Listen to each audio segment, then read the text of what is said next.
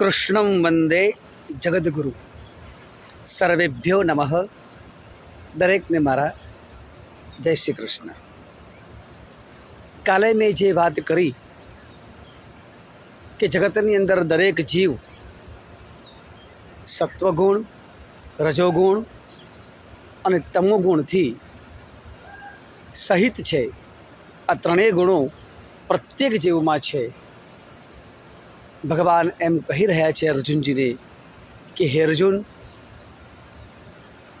સત્વગુણ જ્યારે વધ્યો હોય ત્યારે તમોગુણ અને રજોગુણ દબાયેલો હોય છે.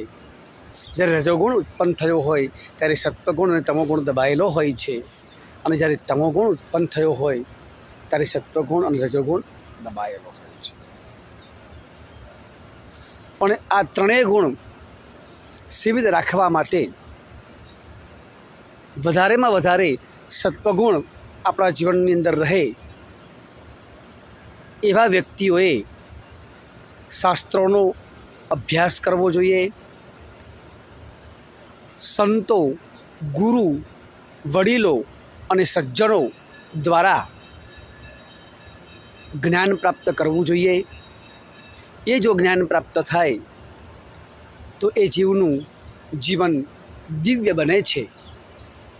માટે હે અર્જુન, તું સતત જ્ઞાનીઓ પાસે રહી અને સત્કર્મ કરતો રહે અને યુદ્ધ કરવા માટે ઊભો થઈ જા. અત્યારે તું ભલે એમ કહેતો હોય કે યુદ્ધ નહીં કરું, પરંતુ તું દૈવી સંપત્તિની અંદર ઉત્પન્ન થયો છે અને ક્ષત્રિયમાં ઉત્પન્ન થયો છે, એટલે તું યુદ્ધ તો કરીશ જ.